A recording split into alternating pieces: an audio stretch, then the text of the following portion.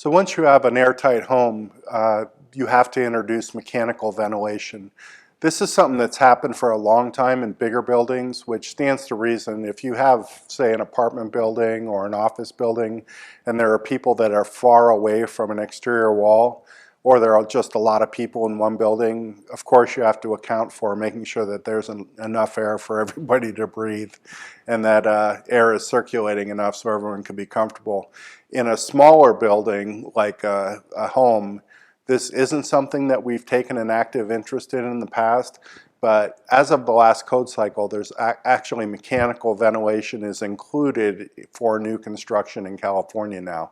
So it's part of the work that we have to do to provide ventilation, but per the code, so far they don't have balanced ventilation. So that means that you can just wire, say, a bathroom fan to run all the time, which means that you would be exhausting air, but if the house is really tight, it's hard for the makeup air to come in and replace that air.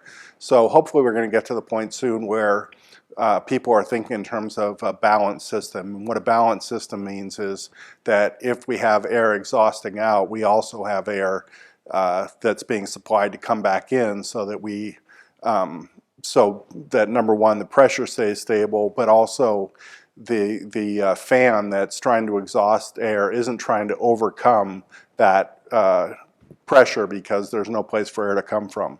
So when you have a balanced system, it's going to work more efficiently. So that's the kind of a system we have here, a balanced ventilation system. We're using a product line called Zender, which at the moment is by far the best product that's out there. It's a little pricey, but it's very efficient. The fan is extremely efficient. And then the other thing in the kinds of houses that we're building that's important, the other important concept is that this is a heat recovery ventilation system. So we've talked a lot up until now about the fact that we're trying to create a really good thermal boundary between inside and outside. Now I'm talking about pumping a whole bunch of air out of this and having a whole bunch of air come from the outside. So an important concept here is that we want as much as possible to be saving that energy and having it come in with the incoming air.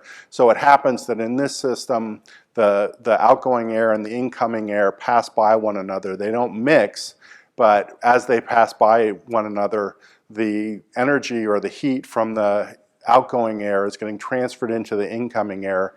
And in the Zender system, that transfer is about 85% efficient.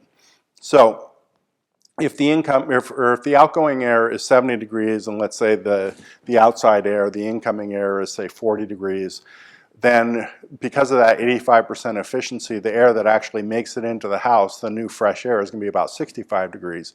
So we're not having to put new energy to bring it all the way back up to 70. It's just 5 degrees cooler.